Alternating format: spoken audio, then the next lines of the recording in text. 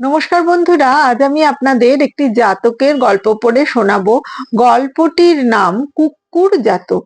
বোধিসত্ত্ব একবার পূর্বজন্মের কর্মফলে কুকুর হয়ে জন্মগ্রহণ করেন। তিনি শত শত কুকুরের অধিপতি হয়ে মহা শ্মশানে বাস করতেন।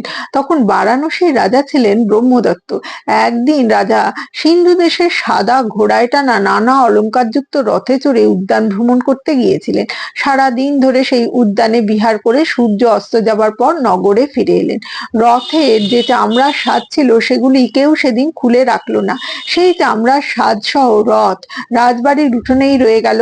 তারপর রাত্রিকালে বৃষ্টি হলো এবং তার ফলে চামড়ার সাজগুলি সব ভিজে গেল। রাজবাড়ির যেসব কুকুর ছিল সেসব কুকুর চামড়ার সব সাজ খেয়ে ফেললো। কিন্তু পরদিন রাজার ভৃত্যেরা রাজাকে জানালো বাইরে থেকে নর্দমার মুখ দিয়ে কুকুর এসে চামড়ার সব সাজ খেয়ে ফেলেছে। রাজা তখন ক্রুদ্ধ হয়ে আদেশ দিলেন, যেখানেই কুকুর দেখতে পাবে মেরে ফেলবে।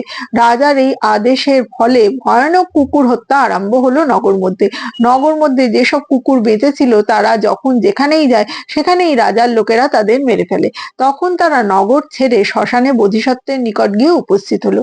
বোধিসত্ত্ব সেই কুকুরদের জিজ্ঞাসা করলেন, তোমরা একসঙ্গে এতজন এখানে এলে কেন? কুকুরেরা বলল, কুকুরেরা রাজভবনে প্রবেশ করে রথের সাজ খেয়েছে। তা শুনে রাজা ক্রুদ্ধ হয়ে সব কুকুর মেরে ফেলতে আদেশ দিয়েছেন। এতে শত শত কুকুর মারা পড়ছে। আমরা অত্যন্ত ভীত হয়ে পড়েছি। বোধিসত্ত্ব বললেন, রাজভবন সুরক্ষিত স্থান, বাইরের কুকুর তার মধ্যে প্রবেশ করতে পারে না। রাজভবনের মধ্যে যেসব উঁচু মানের কুকুর আছে এ হচ্ছে তাদেরই কাজ। রাজা প্রকৃত অপরাধী যারা প্রকৃত অপরাধী তারা ভিতরে আছে, কিন্তু যারা নিরপরাধ তারা মারা যাচ্ছে। এমন অবস্থায় রাজাকে প্রকৃত অপরাধী দেখিয়ে জাতি কুলের প্রাণ রক্ষার ব্যবস্থা করা উচিত। এরপর তিনি তার জাতি বন্ধু নগরের কুকুরদের আশ্বাস দিয়ে বললেন, তোমাদের ভয় নেই, আমি তোমাদের রক্ষার উপায় করছি। যতক্ষণ আমি রাজার সঙ্গে সাক্ষাৎ করে ফিরে না আসি তোমরা এখানেই অপেক্ষা করো। বোধিসত্ত্ব তখন মৈত্রী ভাব অবলম্বন করে পথে যেন কেউ তাকে ঢিল বা লাঠি না মারে এই ইচ্ছা করে একা রাজভবনের দিকে যাত্রা করলেন। তিনি প্রকৃত অহিংস ও মৈত্রীভাব অবলম্বন করায় পথে তাকে দেখে কোনো লোক ক্রুদ্ধ হলো না বা তাকে আঘাত করলো না। বোধিসত্ত্ব নিরাপদে রাজভবনে উপস্থিত হলেন। রাজা তখন রাজসভায় বসেছিলেন। বোধিসত্ত্ব রাজসভার মধ্যে প্রবেশ করে এক লাফে রাজার সিংহাসনের নিচে গিয়ে উপস্থিত হলেন। রাজার ভৃত্যেরা তাকে তাড়িয়ে দিতে গেল, কিন্তু রাজা তাদের নিষেধ করলেন। বোধিসত্ত্ব তখন ভরসা করে রাজাকে প্রণাম করে জিজ্ঞাসা করলেন, আপনি কি কুকুর বধের আদেশ দিয়েছেন? বোধিসত্ত্ব আবার জিজ্ঞাসা করলেন, কুকুরদের অপরাধ কি মহারাজ? রাজা উত্তরে বললেন, কুকুরেরা আমার রথের আচ্ছাদন চর্ম ও চামড়ার অন্যান্য সাজ খেয়ে ফেলেছে। বোধিসত্ত্ব বললেন, কোন কুকুরে খেয়েছে তা জেনেছেন কি? রাজা বললেন, না, তা জানিনি। বোধিসত্ত্ব তখন বললেন, প্রকৃত অপরাধী কে তা না জেনেই কুকুর দেখলেই মারতে হবে এমন আদেশ দেওয়া উচিত হয়নি। রাজা বললেন, কুকুর রথের সাজ খেয়েছে তাই সব কুকুর মারতে আদেশ দিয়েছি। বোধিসত্ত্ব তখন জিজ্ঞাসা করলেন, আপনার লোকেরা সব কুকুরই মারছে, না কোনো কোনো কুকুরকে না মারার আদেশ আছে? রাজা বললেন, আমার বাড়িতে যেসব উচ্চমানের কুকুর আছে তাদের মারা হচ্ছে না।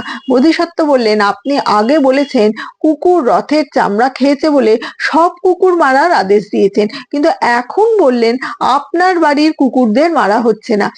এসব কেমন ধরনের নীতি আপনার? আপনার এ বিচার পক্ষপাত দুষ্ট ও ন্যায় বিরুদ্ধ। বিচারকালে রাজাদের তুলা সদৃশ নিরপেক্ষ থাকতে হয়। প্রকৃত অপরাধী কে বা কারা তা না জেনে নগরের সব কুকুরদের ধ্বংস করছেন, এ হচ্ছে দুর্বলদের উপর অত্যাচার। রাজা তখন বললেন, হে কুকুররাজ, কোন কুকুরে রথচর্ম খেয়েছে আপনি তা জানেন কি? বোধিসত্ত্ব বললেন, জানি মহারাজ, যে সকল কুকুর রাজভবনে বাস করে তারাই খেয়েছে। রাজা তখন জিজ্ঞাসা করলেন, তারা যে খেয়েছে তা কি করে বুঝবো? বোধিসত্ত্ব বললেন, আমি সব প্রমাণ দিচ্ছি। আপনি রাজভবনের কুকুরদের আসতে বলুন, আর সেই সঙ্গে কিছু ঘোল ও কুশ আনতে বলুন। রাজার আদেশে রাজবাড়ির কুকুরদের আনা হলো। ঘোল আর কুশও আনাও হলো। বোধিসত্ত্ব তখন কুশগুলিকে বেটে ঘোলের সঙ্গে মিশিয়ে কুকুর কুকুরগুলোকে খাইয়ে দিতে বললেন। সেই কুশ মেশানো ঘোল তাদের খাওয়াবার সঙ্গে সঙ্গে কুকুরগুলো চামড়ার টুকরোগুলি বমন করে ফেললো। তা দেখে রাজা আশ্চর্য হয়ে বললেন, এ যে দেখছি সর্বজ্ঞ বৃদ্ধের উচিত কাজ। রাজা তখন নিজের শ্বেতচ্ছত্র বা রাজচিহ্ন দান করে সম্মানিত করলেন বোধিসত্ত্বকে। বোধিসত্ত্ব তখন রাজাকে পঞ্চশীল শিক্ষা দিলেন ও ধর্মোপদেশ দান করলেন। তারপর রাজা তার রাজ্যের সমস্ত প্রাণীদের অভয় দিলেন। প্রতিদিন বোধিসত্ত্ব সহ সমস্ত কুকুরদের রাজভোগ দেবার ব্যবস্থা করলেন। বোধিসত্ত্ব রাজ চিহ্নটি রাজাকে ফিরিয়ে দিলেন, তারপর স্বস্থানে প্রস্থান করলেন। সেই দিন থেকে রাজা বোধিসত্ত্বের উপদেশ মতো সৎ কর্ম করে যথাকালে সদ্গতি প্রাপ্ত হলেন।